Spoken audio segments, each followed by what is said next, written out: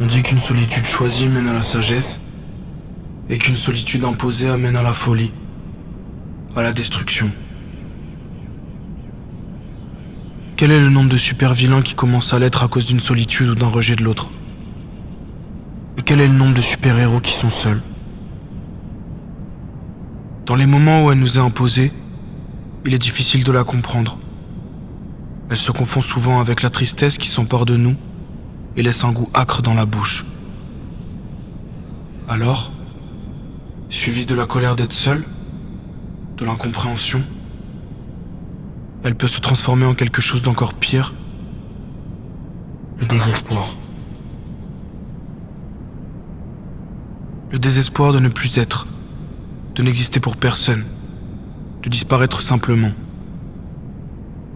Mais est-ce simple?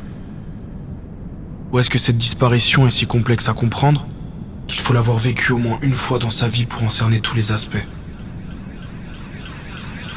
Moi je pense que oui. Si ta solitude n'a jamais été imposée, mais qu'elle est guidée par ton cerveau, alors tu ne connais pas la vraie solitude. Celle qui laisse des marques indélébiles à l'âme, celle qui t'empoigne si fort qu'elle pourrait faire exploser ton cœur à elle seule, celle qui rend fou. Et moi dans tout ça, moi je l'ai jamais vécu cette solitude. Je parle de quelque chose que j'ai seulement pu voir à travers des hommes et des femmes dans la rue, que les gens ignorent simplement. Mais est-ce simple? Les disparus. C'est comme ça que je les appelle. Ceux auxquels très peu pensent, ceux qui vivent la vraie solitude. L'aliénation dure de leur réalité de base qui, dans un dernier instinct de survie, transforme le décor froid de la ville en quelque chose de mieux, de plus grand, d'inexplicable.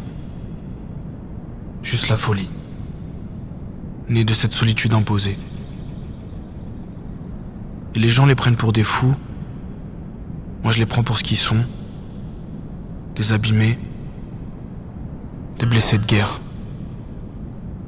Alors, au final, qui est vraiment fou? Ces gens qui luttent tous les jours pour retrouver le vrai monde et quitter celui des fantômes? Ou ceux qui passent devant chaque jour en les ignorant et en les prenant pour des fous, en ignorant toute cette infernale solitude? J'ai ma réponse. Cette solitude qui esquinte, cette solitude qui démonte petit à petit, et pièce par pièce, chaque zone d'un cœur, cette solitude qui détruit les parcelles d'un cerveau ou d'un foie, cette solitude qui prend la vie au sens propre comme figuré, celle-là même, tu la connais pas. Je ne la connais pas.